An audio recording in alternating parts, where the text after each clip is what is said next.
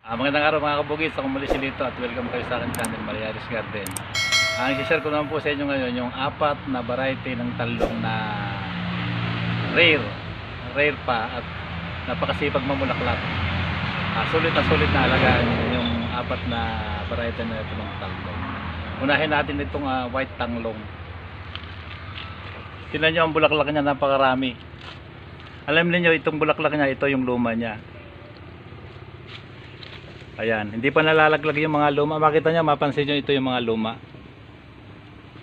Hindi pa nalalaglag, ito na naman yung mga bagong bulaklak niya. O, napakarami niyang maging bulaklak. Ayan, talagang sobra. Ito, hindi pa masyadong na open na ito. Hindi pa masyadong lumaki yung mga bulaklak. Tingnan nyo. Dami. Sulit nating alagaan ito. Madali siyang alagaan kasi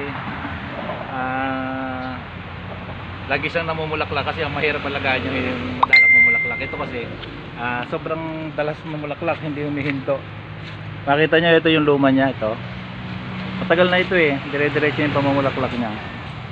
O yan, pero talagang bumigay na naman. Ayan, sobrang dami, kahit saan kamuting lang sa sanga niya.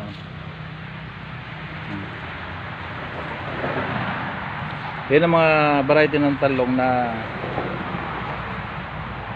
pwede nating alagaan. Napakasipag mamulaklak, tagulan, tagaraw. Tagulat, tagaraw. Namumulaklak siya. Pag yung share ko sa inyo na ganito na masisiyahan kayo sa ganda ng mga bulaklak niya. Ito naman yung isa na sobrang solid naman na sa dami ng bulaklak. Makita nyo. Yung mga hindi pa alam yung mga tanglong, alam niyo yung mga talong nga pala, hindi ko na ipaliwanag kanina kasi marami pa nang hindi nakakaalam ng tanglong. Alam niyo yung mga tanglong, yung mga bulaklak niya nakaikom, nakasara na ganyan, hindi siya nag-o-open. Parang mga bell na nakabitin siya. O yan yan ang tanglong. Maraming lahi ng mga tanglong. Noong araw may sinasabi dito, kasi medyo may edad na rin ako. Sinasabi namin nung araw, nung una-una pa ako nagka-garden, 20 years na ngayon, mahigit, magte-30 na. Ito yung sinasabi nung araw na sleeping beauty namin. Pero ito pala ngayon sa mga pangalan, ito yung mga variety ng tanglong. Kasi hindi naman kami nag-YouTube dati, nag-google, matagal na yun. Ito pala yung mga variety ng tanglong. Sulit na sulit, nung araw pa lang maganda na ito. Meron ding mga lahi dati nung araw ito, pero ito yung mga rare variety na. Kasi itong mga tanglong na ito, galing na sa mga iba't ibang klaseng bansa. Halos na pag-ipon-ipon natin, kaya sinasabi mga rare. Iba-ibang mga pinanggalingan, kagaya ng white kanina. Top rare pa yun. Ito mga rare pa. Kasi bibihira pa naman yung may tanglong white. Sa pagkakaalam ko, kasi yung nabili ko yun, mahal. Ingrap ko lang, kaya lumaki ng husto na gano'n, napakaganda. Makita nyo, sulit na sulit nating alagaan. Madali siyang alagaan. Alam niyo yung mga tanglong ko dito sa garden ko, laging nabibili, laging nauubos. Basta may bulaklak siya, nabibili na agad yung mga tanglong. Marami pa naghahanap kasi ito kung mamulaklak, yung mga tanglong kumpul-kumpul, hindi yung kumpul-kumpul siya kung mamulaklak. Napakaganda. At saka hindi agad nalalaglag ang mga bulaklak nito. Makita ninyo, ito pagkatapos mamulaklak, mamumulaklak na naman, basta maabonohan lang natin. Yung mga sinishare ko na pag-aabono sa inyo, yun lang gagawin ninyo. Yung iba nga nakita nyo yung puti kanina,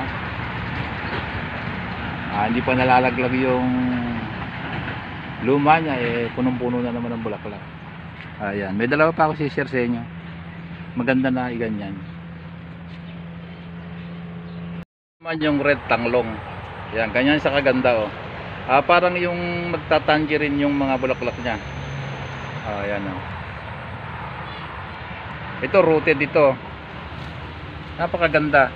Ayan pagka meron kayo mga, kunyari yung mga nagtitinda, may mga paninda na kayo ganito, talaga napakabili. Kung kayo naman meron ganito na alaga, hindi naman kayo nagninegosyo, talagang sulit na sulit ninyo. Ayan oh. Mga rare pa yan, mga rare variety ng tanglong. Diba ang ganda?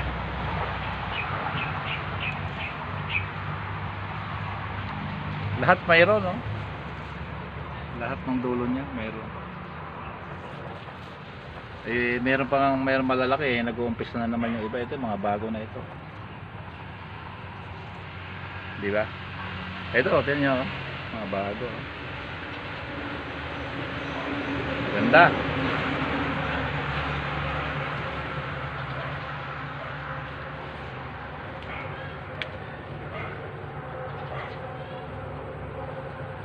Ito naman yung variety ng tanglong, makita ninyo.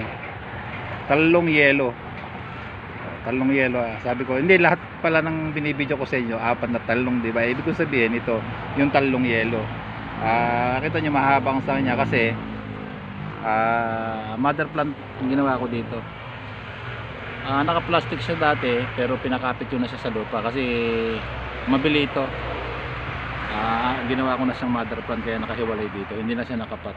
Nakita nyo na nagsanga siya na mahaba na ganyan. Nakita nyo ang daming mga bulaklak. Ayan, lahat ng dulo niya bulaklak. Ayan, ang dami. Ito mga ilang araw pa ikakat na rin namin. Kasi mga bago pa lang ito eh. Mga bagong sanga. Di ba ang ganda?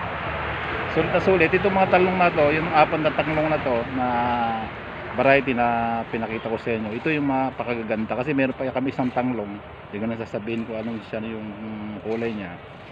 Medyo madalang siyang mamulaklak, madalang kasi magsanga yung isang tanglong ko, kaya hindi ko na sinali. Ito yung mga sulit na tanglong natin.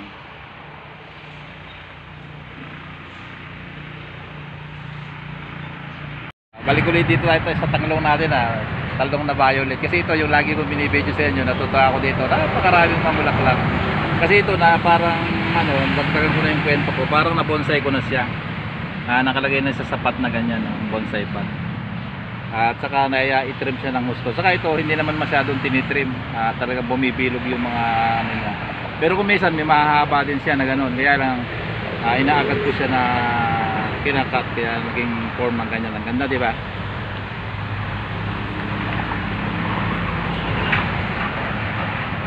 Hanggang dito na lang ang video ko ito, na i-share ko sa inyo yung mga variety ng tanglong na napakagaling mamulaklak. Sabi ko nga merong isa na variety ako ng tanglong dito na hindi ko sinali kasi hindi ako masyado nasisiyahan sa kanya. Pero yung 4 na to, maisisure ko sa inyo kung magkakaroon kayo, sulit na sulit yung alagaan. Kahit na yun kayo nagninegosyo ng bougainvillea o kaya naman hindi kayo nagninegosyo pang sarili nyo lang, sulit na sulit natin alagaan. Hanggang dito na lang at maraming salamat po. Bye bye.